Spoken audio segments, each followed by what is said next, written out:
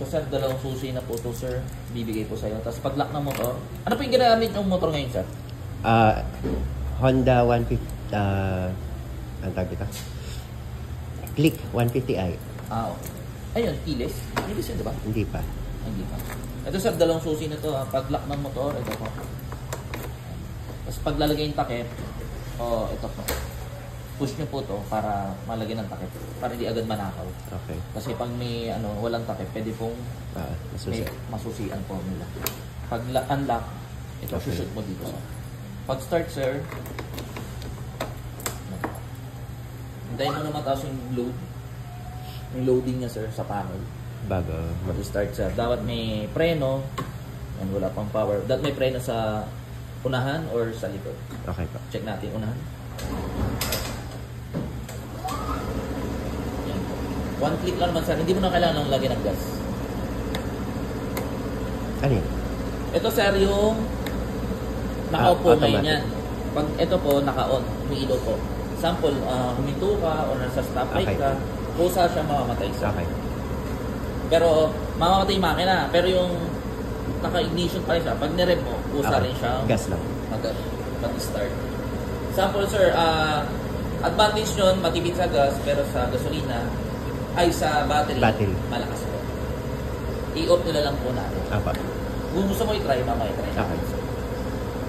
Tapos check natin yung mga signal lights sir kung gumagana. Speed!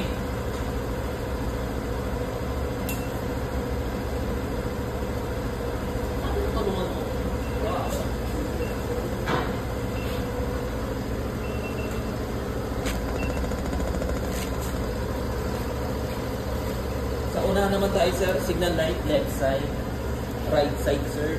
Gumagana po. Hindi pa LED yan sir, bulb pa rin yung signal light. Pero yung headlight po is LED. High and low, always on po yung headlight. Kusina. Pag sinide stand, makamatay din po. Pag naka-side stand, hindi siya may start. Sa likod naman sir, try natin. Habang nilagay mo natin yung receiver, hinihintay natin. Okay pa. Signal light, left side, right side. Brake light sa likod, gumagana po. Front brake o tail light po, gumagana. Then sa tail sir, gumagana.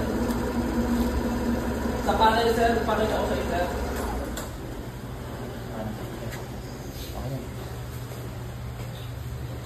Parang di ka mahinga.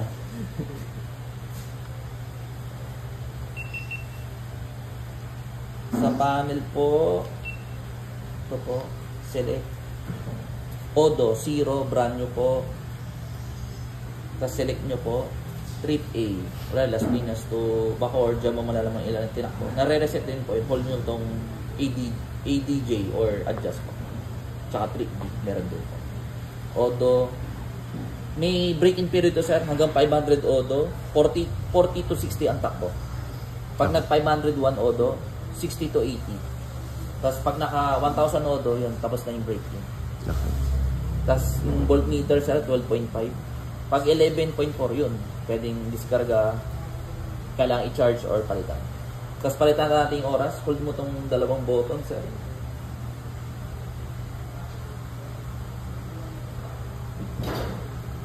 Ayaw.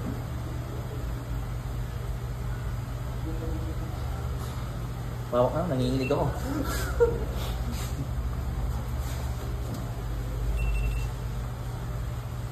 Sige, play.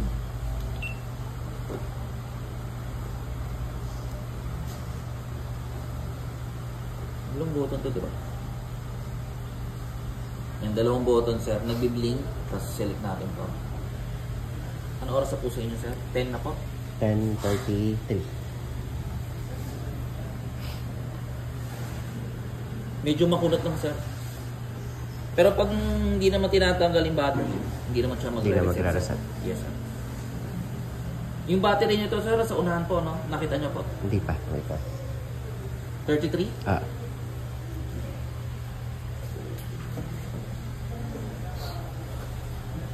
Dito? Yes, sir. Mataas. Sir, pag nag-gas ka, sir, madadagdagan. Kasi Okay. nakalagay lang is 1 liter.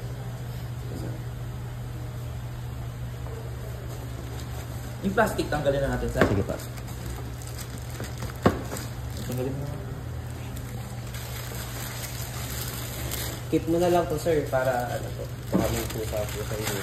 Sir, dito yung nakikita yung hangin, 29 sa unahan, 33 yung likod. Okay. Pag walang angkas, pag may angkas, 36 sir sa likod. Pero yung Okay. unahan, same pa rin. Okay. Tapos size ng gulong, 12 inches, 90 by 90. Tapos sa likod is 12 din. Yung Bergman lang po, hindi siya i-ex 10 inches. Ito po, 12 inches sa parehas. 100 by 80 sir. Tubeless po yan. Parabat likod. Tapos ito po yung tools po sir. Pwede mo rin ilagay dito. Tapos yung warranty book ito sir. Dito sa akin. Ayun. Tapos yung gas sir nandito. Ito po. Frame number nandito. Tapos kung maglalagay ng top box, pwede na. Tatanggalin mo itong grab bar. Pag black sir ito. Ito tayo. Makunat na. O baka may nakabat. Sige. Hindi pa naka-unlock. Yan sir, hindi pa siya na-unlock. Pag bubuksan yung compartment o yung upuan, pihit lang pakaliwa. Ganun lang po. Ito sir, sabitan ng ano, pwede ka magsabit dito. 1 kilo ang capacity nito sir. Charger port, nandito rin po. Sulitin na rin natin. May takip, ano na po siya, USB. Kaya Okay. hindi na kailangan sa akin. Tapos lagyan natin yung takip. Para safe. Cellphone, kasha naman. Dito,